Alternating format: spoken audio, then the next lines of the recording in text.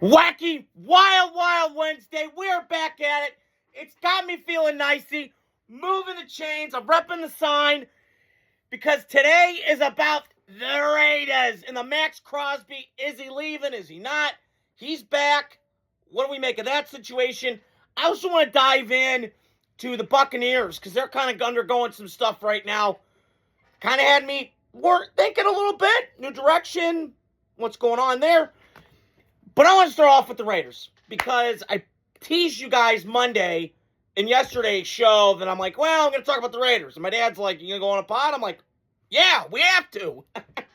Because the biggest bombshell last night was the Raiders getting Max Crosby back. Now, for those who don't know, I'll inform you. The Raiders traded Max Crosby to the Baltimore Ravens for 2 first-round picks. A pick this year and a pick next year. But this was all before the league opened their doors, right? The league office opened. So that was today. And, you're kind of seeing, if you're going around the league, Kirk Cousins got cut, and guys are getting cut left and right. So my thing with the Max Crosby thing, and I wanted to touch on it because I've kind of had some time to think about it, because last night I was grilling some food, one of my favorite hobbies, by the way. I was grilling some burgers and brats and chicken, manly meat. Yeah! Excuse me. And then I get the bombshell that dropped that Max Crosby failed his physical from the Ravens, which we might speculate, is it bullshit? Baltimore get cold feet? I don't know. It's a bad look for both sides. I think the Ravens are kind of shady now. I thought they were well run. I thought they were in the Green Bay, Kansas City, that kind of thing. There's a lot of weirdness going on in Baltimore. You got a first-year head coach who I think's got the most pressure of anybody that I've seen in a long time coming into an organization. Mike Tannenbaum was on Dan Patrick and kind of joked, yeah, like, you got a 10-minute honeymoon. Like, you don't get a long leash here. Because you got Lamar. He's got a big, fat salary. The cap hit on him is like $70 million. It's insanity for a guy that hasn't done a lot in the playoffs. Although I'm starting to grow to Lamar, still just kind of something's off with him. And there's some weird stuff going on. Does he love football? He's playing video games. The pum at the end of the night. Not all the way grinding. His mom's his agent. So there's weird stuff going on in Baltimore. And then this happens. So, I mean, I don't know what to make of it from the Baltimore side of things, which is... And then today, I got to notice they signed Trey Hendrickson.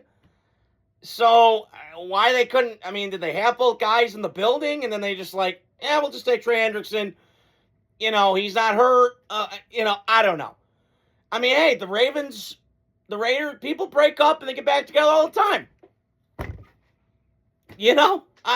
Maybe that's what the Raiders do. Now, I've been told the Raiders are going to still take calls, the Bears, the Eagles, teams that need pass rush, but you're not getting that great luxury like you got on what you got, like with the Ravens, compensation and picks, which is 2 first rounds. You're probably going to get a 2 and a 1 now. So, still decent, but not great. So, that's my whole take on the Max Crosby thing. But I want to touch on the best thing, because Monday afternoon was the best day the Raider Nation had, supposedly losing Max and kind of regaining their momentum, I would say, by getting the best center, or second best, in football, in Tyler Linderbaum.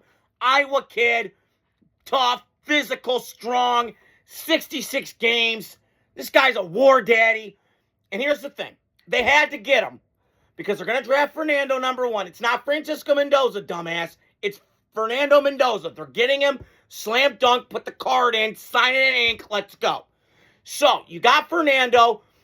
You have, now you built this offense out. You got Trey Tucker, Brock Bowers, Ashton Genty. Colton Miller, left tackle, comes back from injury. Now you got some. Because 2 months ago, people around the league are like, the Raiders, yikes. But now you look up and go, that could work. Now, the difference with Tyler Linderbaum, why the Raiders had to get him, and I was told this by Albert Breer yesterday, they asked their centers in that scheme to do a lot. Take a lot of pressure off the plate of the quarterback with the checks and the reads and the audibles at the line of scrimmage, which the center position is most underrated in football. You got to have a great center. my whole life, Raiders have had great centers. Going from Jim Otto to Rodney Hudson to Steve Wisniewski, guys in the past and guys now. So you've got to have a great center, and Linderbaum is one of the best in football at it, probably second best. You know, you can make that argument a couple years ago. It was Travis Kelce, then it was Creed, Humphrey, and then maybe Linderbaum in that ballpark. But Linderbaum fits, and he's athletic. He gets on the move. That's what this Raiders scheme is.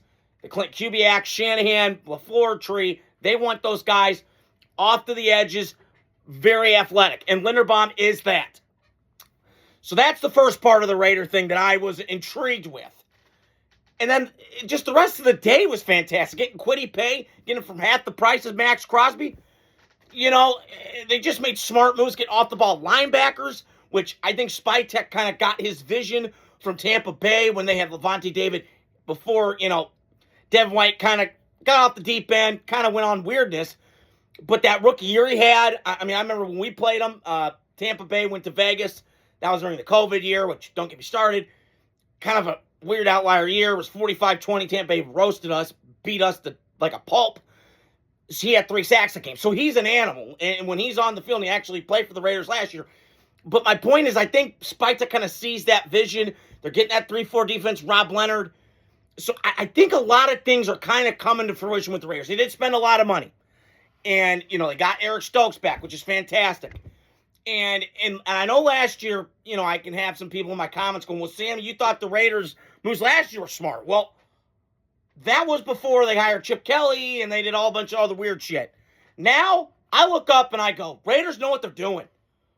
About time, man. And you know, it's kind of like Coward. He's like, man, he's like that 37-year-old guy that sleeping on people's couches. He's got a 401k and he's got a girlfriend. And yeah, took a while, but he got it.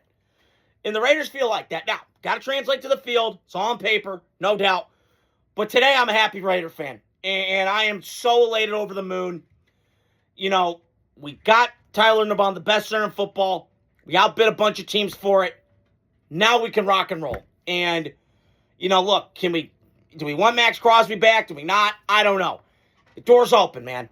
And I know John Spikes is going to take calls from the Bears, Eagles. So we shall see what happens. But it's ever not a crazy day in the Raider fan house because, like Brian Fowler, my guy, last night, I want to give a shout out to him. All Autumn Wind Productions. Go check out his stuff. It's fantastic. He was on a walk yesterday in L.A. and he goes, man, I can't go a day. Can't be a normal Raider fan without some craziness. So that is all I got on the Raider side of things. I'm very impressed with the moves. Outstanding. Excellent signings. Get her Tiny Linderbaum. I don't give a rap. I don't give a rip how much you had to overpay. You overpay him, you did, you got him. He's ours, baby. So I am fired up about that. Getting Eric Stokes back, getting some more corners. Darian Porter's got more experience. You add Stokes. Now you got something. So I am fired up about that. And then the other thing I wanted to touch on, last but not least for today, I got more content throughout the week. I'll explain it. But I'm seeing Tampa Bay. They're kind of undergoing some changes. And it's not like I didn't not see this coming, but I saw a story today that Baker Mayfield, my doppelganger, my guy, he accounts for the 5th most salary cap space, the cap hit in the league. Now, first couple guys, kind of expected. Joe Burrow, Lamar Jackson, Patrick Mahomes. Those guys make sense, right? And then you got Baker and Tua. That was an albatross of a contract. Chris Greer, I don't know how he lasted. Probably got the force field of popularity complex around him. I don't know. But then yesterday, or Monday afternoon, Tampa Bay, and I'll touch on the Mike Evans trade and what my take's on it, and I got to give recaps and stuff. But that, to me, signaled Tampa Bay's going a different direction. Now, Tampa Bay's drafted really well, but before the injury this past year with Baker Mayfield, last 2 years, 24 touchdowns for Mike Evans. So, Niners could be getting a guy that could make dividends. Now, Tampa Bay's going under adjustment. Now, I don't think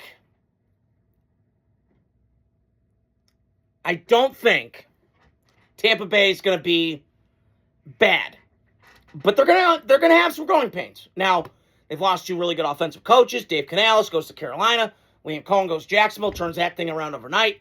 Got to give him credit for that. So I do think Tampa's going in a different direction.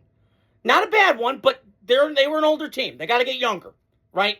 They got Mbuka, run game, they got to replace Bucky Irvin. I don't know.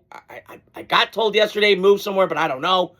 I got to do the tracking with free agency. It's kind of a frenzy right now. But I think Tampa Bay's going to be okay, but they're undergoing some stuff. And, they signed Alan Zaloni from Detroit, which that's a big blow for Detroit, but they're kind of in trap because they don't know contract-wise what's going on there. So I do think Tampa Bay's going to go undergo some stuff.